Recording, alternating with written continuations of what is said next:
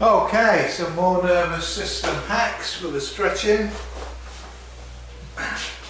So, what we were looking at is doing something to stimulate the nervous system, the meridian system, to get you to relax so you can go to your normal maximum range of motion or somewhere close, because obviously if you keep repeating it's going to get better. If you just do it once from cold, then I wouldn't advise doing it. That's me testing it to its max. You don't really want to be doing anything crazy when you're stretching. You want to be careful.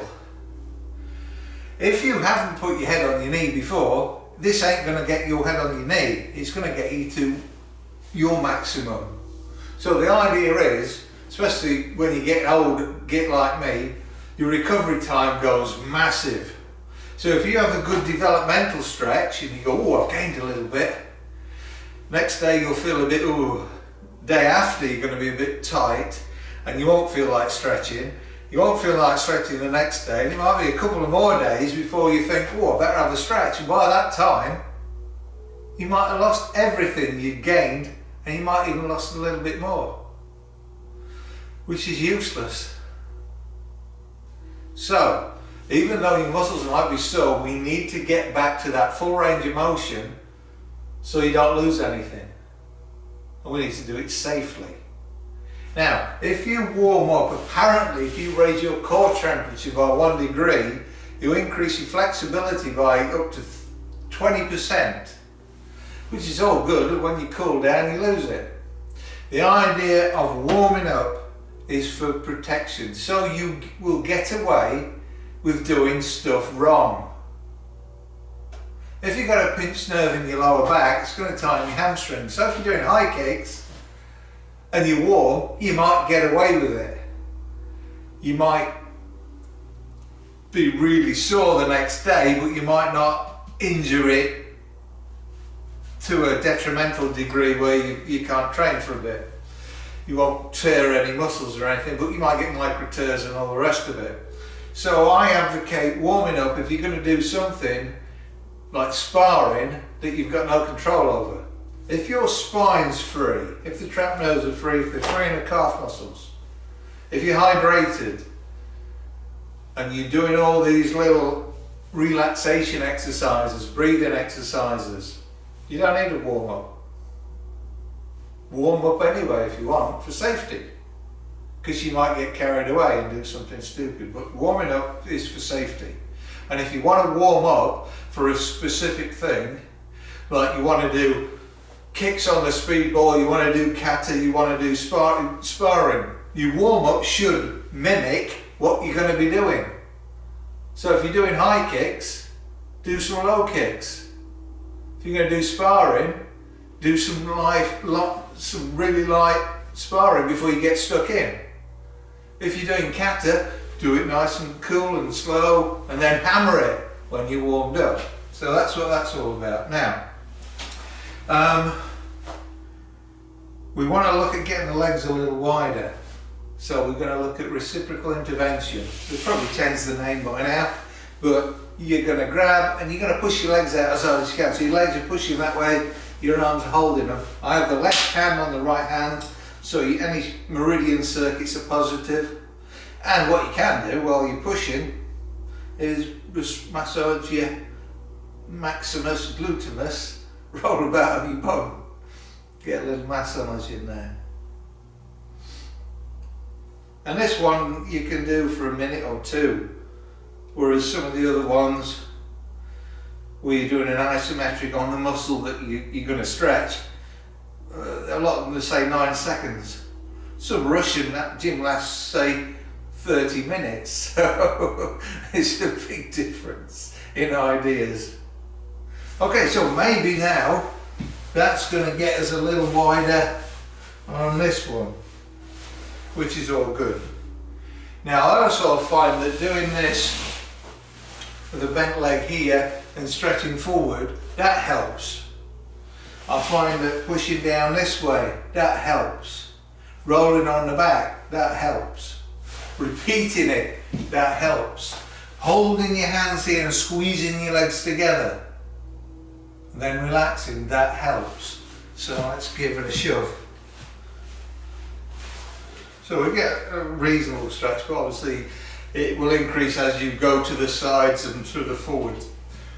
Now we want to look at going forward. So I'm trying to go forward and that's about it. So that's pretty naff. So we want something to assist us relaxing so we can go forward. Now what we can do is massage the calf muscles. That'll make a big difference. So if you have a check, we're here. So now I'm going to massage these calf muscles. As soon as you've got the technique, you can fast forward this because you don't want to be watching me massaging my calf muscles, but I'm going to do it long enough so it makes a difference. So here we go. Pointy thumbs, stick them in and move them around. That's one technique. Push them in and rotate your foot so you're moving the muscle with the fingers in a static position. And then what you're looking for is something that makes you gird and close one eye, a bit of pain. And that's the areas you want to be focusing on. So then make a fist, stick your knuckles in and move them up and down. Move it around until you find something that really hurts. And then concentrate on that for a little bit. So we're freeing up any pinched nerves, the muscle fascia, get that moving around, get some blood in there, get the lymph flowing, get some relaxation. If your calf muscles are tense, it can mess up your cognitive abilities and make you a bit thick and keep you in a stress reaction. You don't want any of that. I'm thick enough already without anything messing that one up. So that is really hurting. And it's a good workout for your arms as well. Right, I could do that for a lot longer, but that's probably going to be enough to make a difference that we can actually see. So we check this one, stick the thumbs in, knead it around like you're making bread. Now stick the fingers in, stick the thumbs in and rotate. Move them around, up and down, side to side, and then in we go. Before you do any of this, you need to make sure your back's free.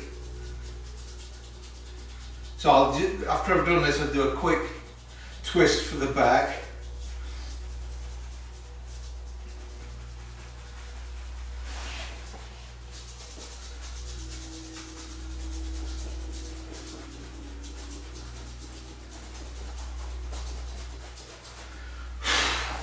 Heating's kicked in now, it's bread up. Okay, little twist for the back.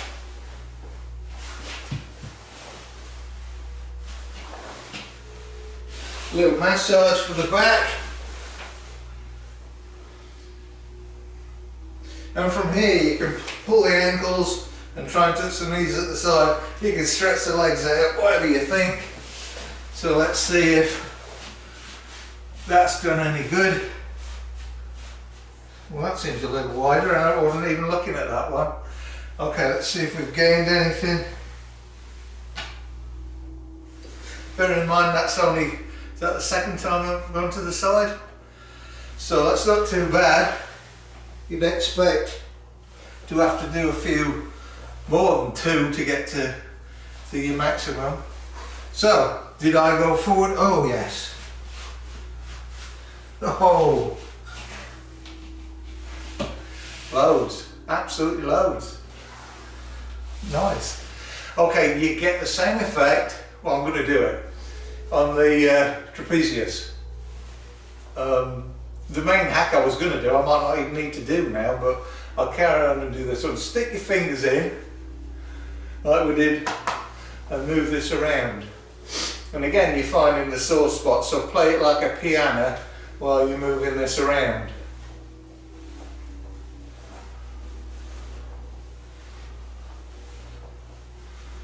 And then dig your fingers in and move them side to side and move them about. So you're now pulling and pushing a whole lot of muscle.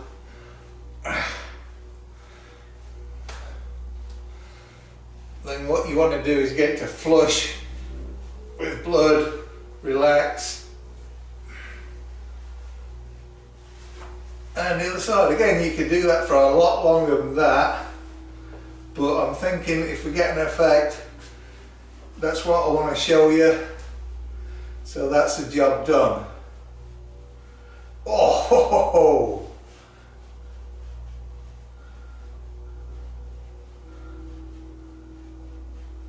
Right, I think we've gained a bit that. Oh yeah, I've got loads that way as well.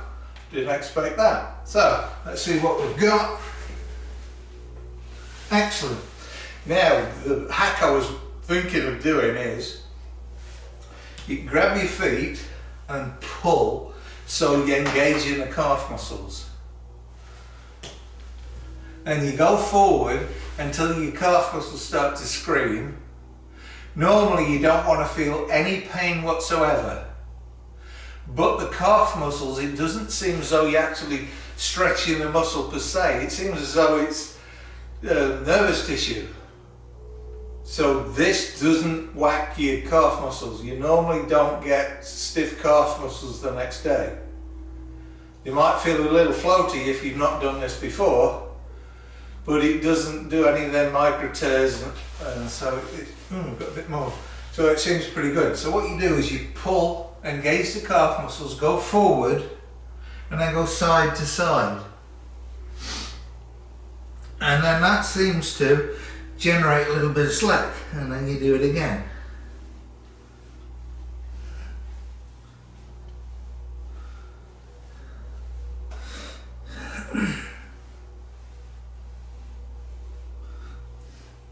As you can see, that's working nicely. And now what you can do is hog that little bit extra you got there and do it again until you get your head on the floor. I think maybe putting an ice pack on the back of the neck might also work.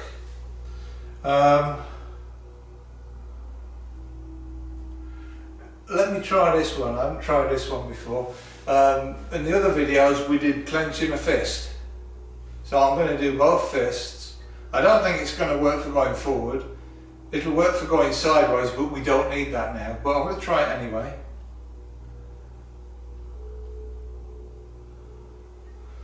Then relax and let's have a look. Well, I think that did work a little bit.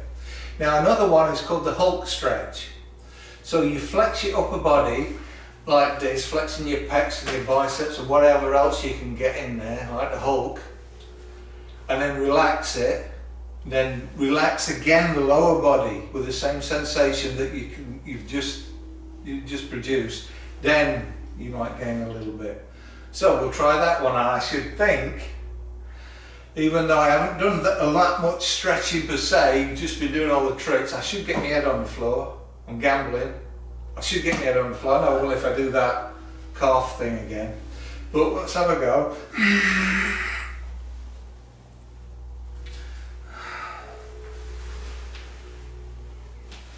Head on the floor. Nice. So, and then, I've gained a little bit here.